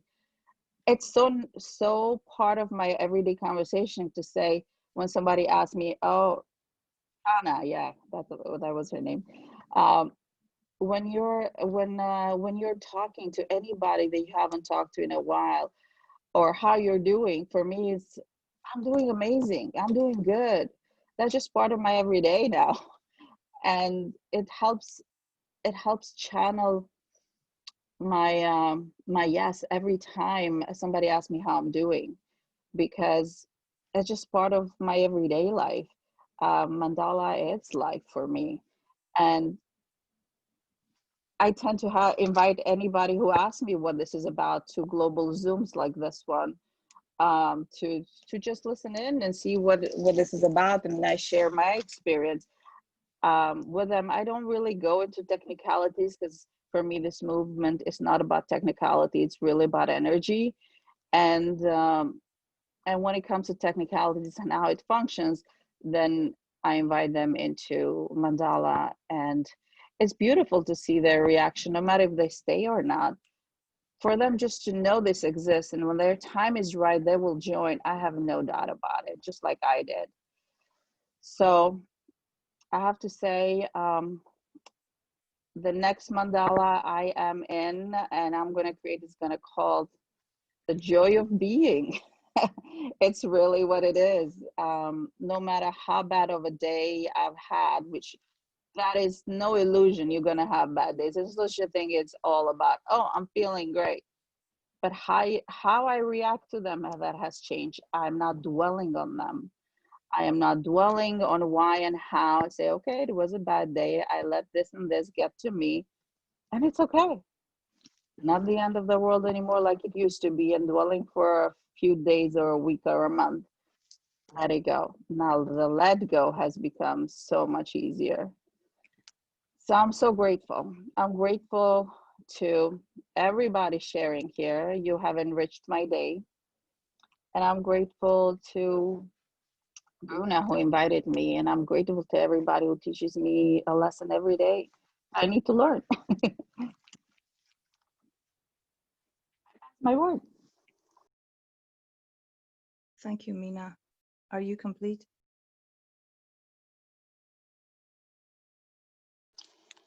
I am complete. Beautiful. I wonder if we have missed any other presenters there. We have missed Isanet.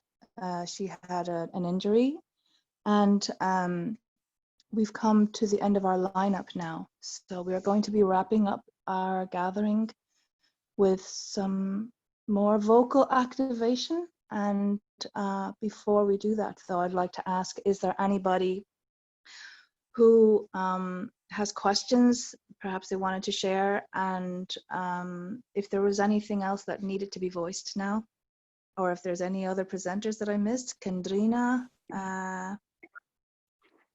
anybody else? I want to say one more thing. I've already spoken, so I want to leave the space for someone that hasn't spoken yet.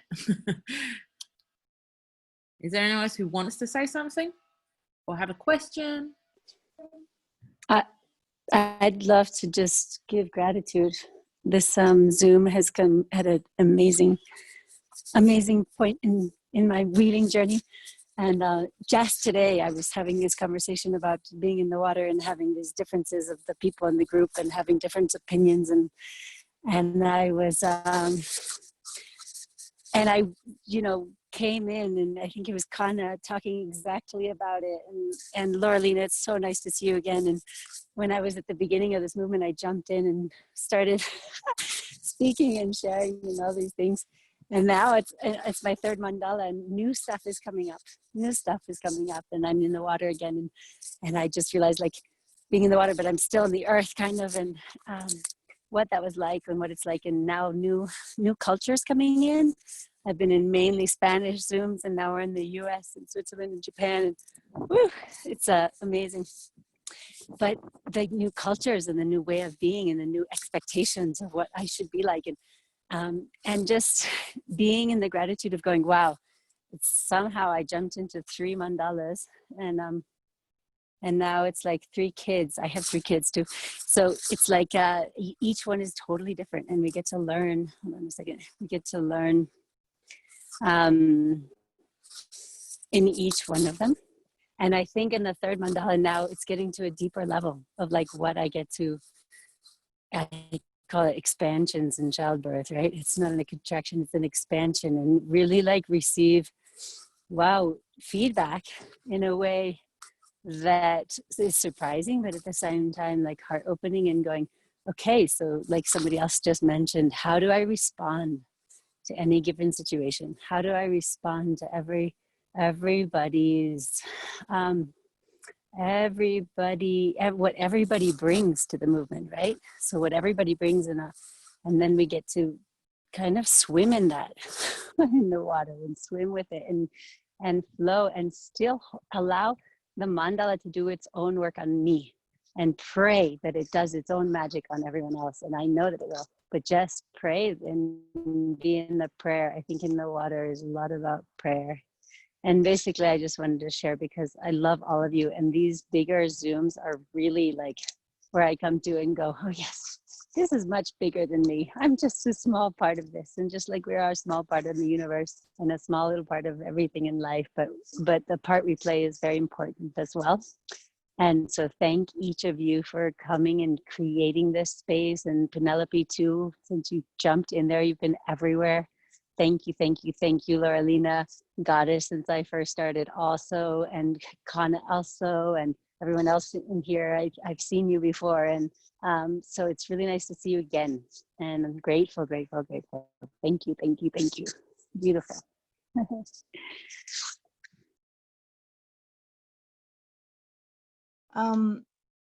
Thank you, Saranageti. That's beautiful. Can I just share one more thing? This is our little yoga retreat. This is a dream come true. This is what I've built the last 12 years. And I'm finally back. I was in India when I started all of this. And now I'm back in Peru. I was repatriated to come see my girls, my daughters who are here. And so if any mandaleros, we ever want to like have a retreat in Peru together, here you go. I offer this sacred space to all of you. And if you want to make it happen, we can do that. Jai ho.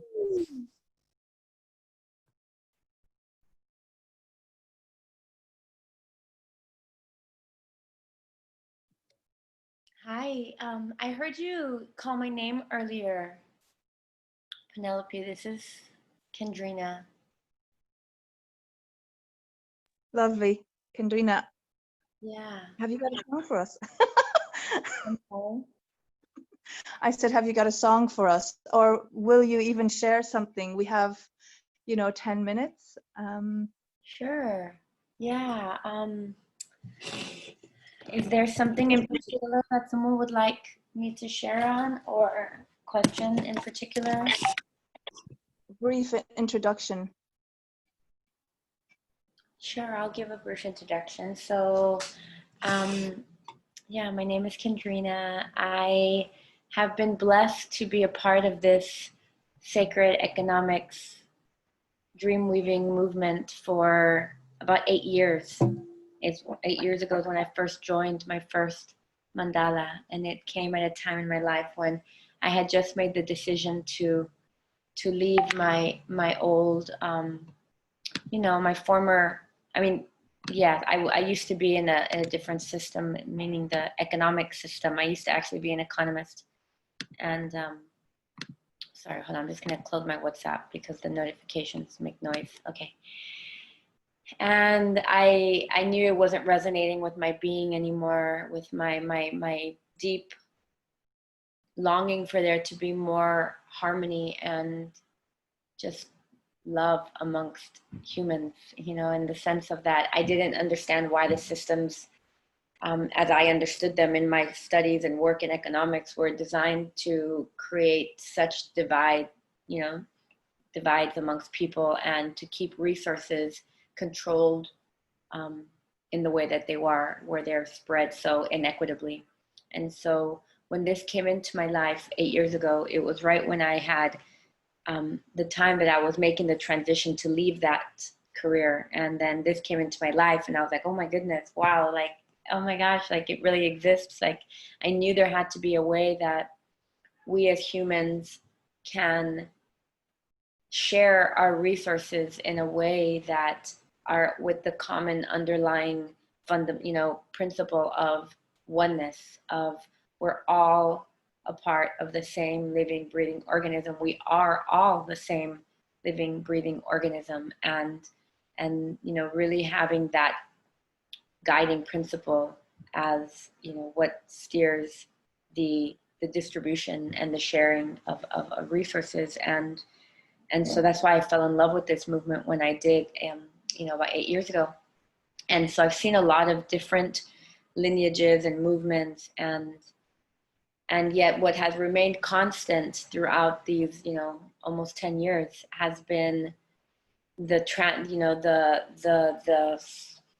transformation that occurs. Even, myself, every mandala that I'm in, it's a different peel. It's a different layer being, peeled, and it's a different, I'd like to think of it as like my heart being a rose that just blossoms and blossoms and blossoms. And I feel with every mandala, it blossoms more and more and more. And I see more things about myself. This is such a beautiful process for mirroring, We really get to mirror ourselves, and in a way that is from the heart, because everyone who comes into this movement and who feels the, you know, who resonates and who feels the call in their heart to say yes, they're saying yes to that voice in their heart that's like, oh, there is another way as humans, that we can coexist, that we can collaborate, that we can unify, that we can care about one another.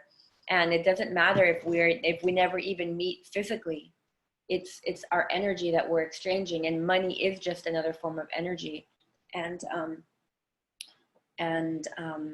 yeah, you know, it's really going into that, you know, those, you know, that, how can I say it, you know, that quantum shift of reprogramming ourselves as human, like reprogramming the patterns or the programs of competitiveness, of seeing the other person as a threat. I mean, all of these things that we don't even realize how buried they get into our consciousness, even from the things we watch, the music they have us listen to, all these different things that affect how we interact in society, the fear, you know, the fear. And this is such a beautiful movement for, like, for feeling safe, for feeling like, wow, like, look at all these amazing, beautiful humans. And that's why I love these international Zooms.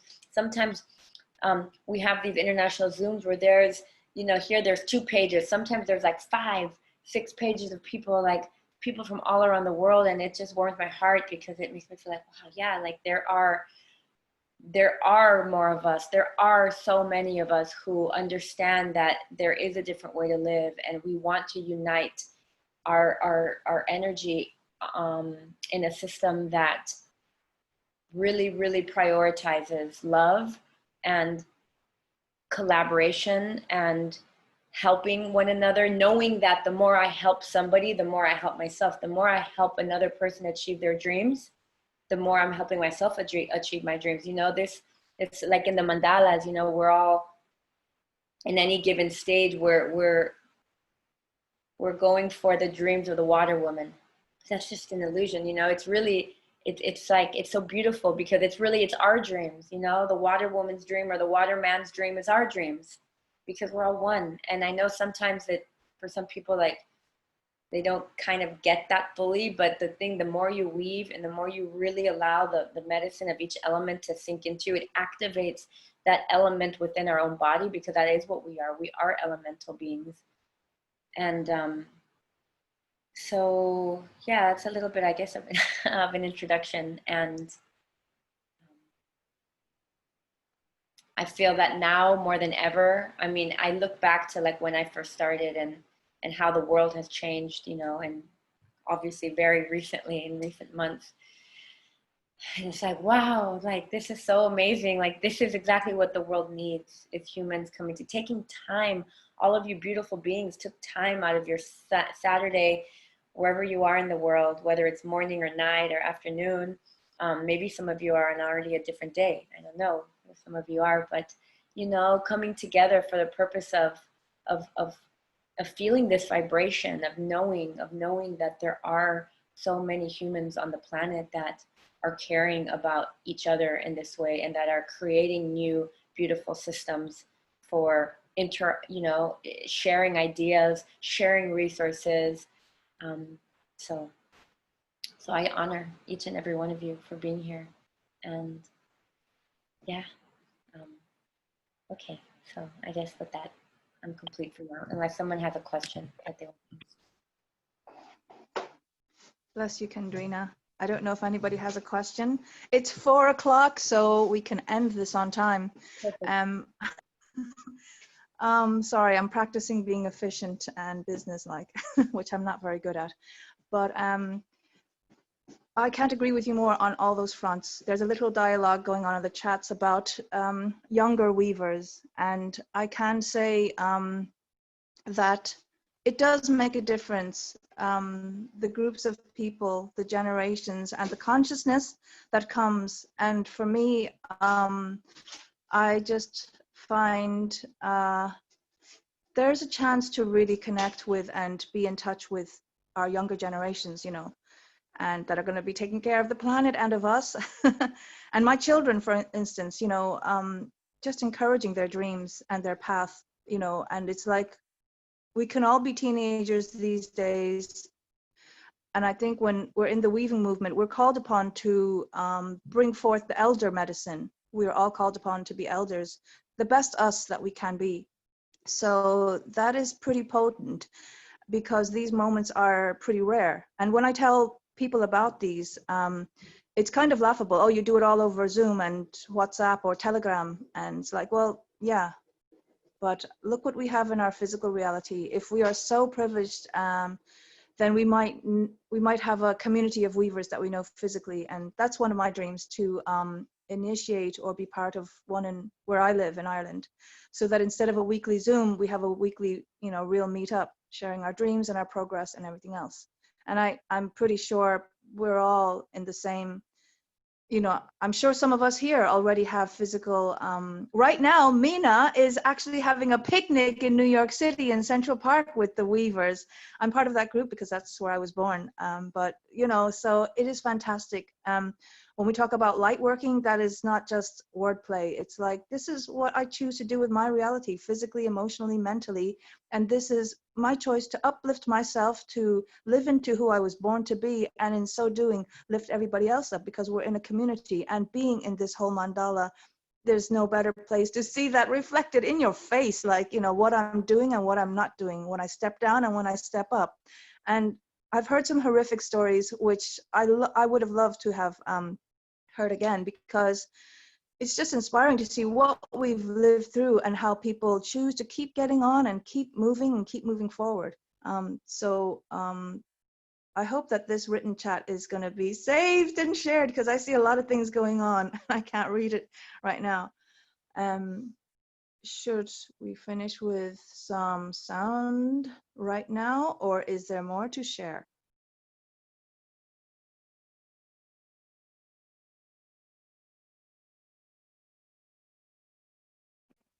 Ayla, that's so amazing. I just read your message in the chat. That is like goals right there. Good for you. Amazing. I don't know what you're talking about exactly, but yeah. We're talking about meeting each other in real life. A couple years ago, I had a loom sister from America come to stay with me in Spain, me and my kids, and ended up living with us for a month while she looked for a place to rent. And, you know, that's tricky in and of itself, because a complete stranger in terms of how you physically live, like your day-to-day routine, that's always a bit tricky, but it was lovely. And we were weaving together, we were co-wins. And now a co-warter with me in Synchro Lineage has decided maybe to move her family to Glasgow. And so I've said, like, come and stay with me, and we will travel around together. It's exciting for me to be able to, you know, post lockdown, have someone actually to hang out with and take around my city, and she can come and see whether it will work for her and her kids. And I think these are some of the other, like, non-financial gifts that the loom can give you, isn't it? It's the ability to connect with each other. And what I love is how we focus on weaving with intent consciously. We're using the threads and the alignments to do that. And so, you know, that this is a place where you can be with people who are on the same wavelength as you. Unlike your friendship group that maybe you grew up with, and your family, who are probably a bunch of crazy people, if anything like my family. These are a group of people who, we may all be crazy, but we're all at least aligned with weaving with the same consciousness and soul. So I absolutely love that. Woohoo!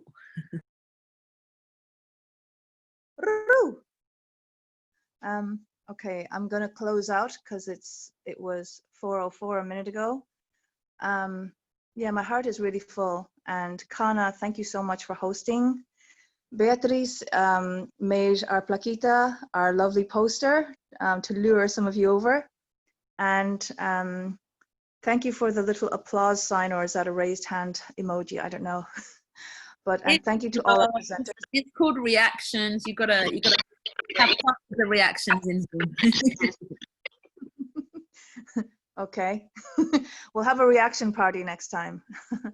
But I know for instance, Beatriz, I'm going to share her dream. One of them, it's only half digested, is to live in a community in each of the continents, something like that. So there we are, creating communities. You know, I'm a vegan, so I'm big on the kind of equality for all animals, all species, interspecies communication, respect, and liberation. So I'm hoping to create communities of compassion. Well, in Ireland, I haven't been weaving as long as that I could actually dream to weave, to have communities all over the world. But yeah, so you know that we have a Telegram group. This recording, thank you, Kana, so much for hosting us again, will be made available on that, on our groups on Telegram. And if anybody, they're welcome to share them on. It's just I can't take responsibility for sharing them on in the millions of other groups that there might be on WhatsApp or Telegram. One of the tenets is confidentiality. So even though we are, I think you can sense it in our hearts, like really open, and that is the truth. When you go put it on, you know, social media, then you have to, well, I mean, ideally that's not done, you know. It is, I think you'll agree, our society is a little bit egoistic. I'm not judging because I'm one of them, but just to say that it's, if you look this up on Google, you'll find hundreds of things. Are any of them from people that have actually done it? No. It's so interesting, you know. I won't get involved with something, but I have the freedom to criticize and to share my knowledge of it. So the confidentiality is something that is really good to keep. And just to say, this will be shared within our communities here, you know, trusted communities. Thank you to all the new people that are not weaving who have showed up today, because that is a big yes already. That is right now just like saying yes to this, not to this. We pay too much attention to this and we do better not to half the time. So that's already living the dream already. I'm going to start singing because all the little messages are distracting me, and I hope that you can all be on the Telegram group. That's where we'll share any links and stuff like that. If anybody's taking screenshots like I was of the chat, then you can upload them there. For people that were at work or missed, then they can catch up, and any other networking. So I can't remember I'm going to just sing what we opened up with, and please feel free to harmonize. I was going to say, you know, have your mics off so we don't all clash, but some mics were on the last time, and that was kind of funky. I kind of had to sing through it like a trout swimming upstream. So that was fun. So yeah, do whatever you want to do and move that body as well. And I love you all so much. Thank you so much. We're going to meet again in October, and we haven't decided on the exact topic. So please inspire us. Air my breath, fire my spirit. Wait, I just wanted to thank all the speakers as well. Sorry, Ayla, Hannah, Lauralina, Mina, who am I? Forget Kendrina, and Isanet was to come. Who am I leaving out, guys? I'm sorry, just leaving out myself maybe. Okay. Air my breath, fire my spirit, earth my body, water my blood.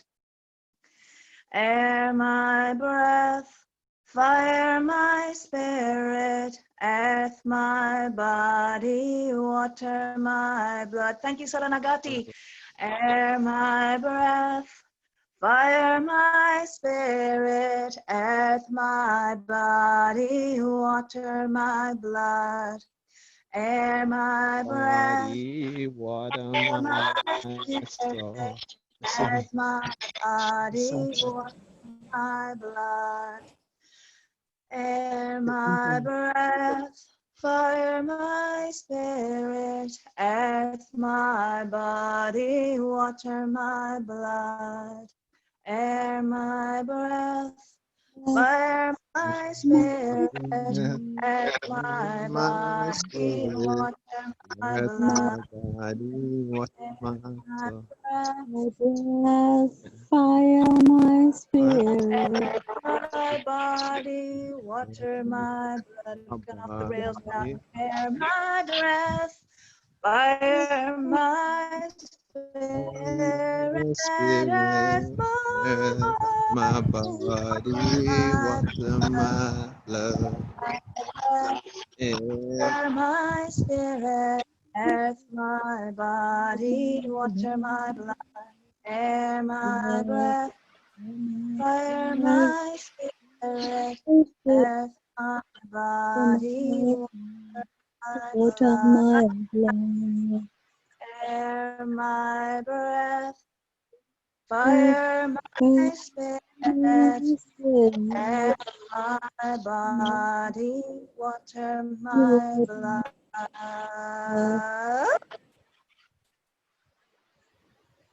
Thank you so much. Thank you. Thank you so much. So beautiful to be with all of you. Remember, celebration, Kana's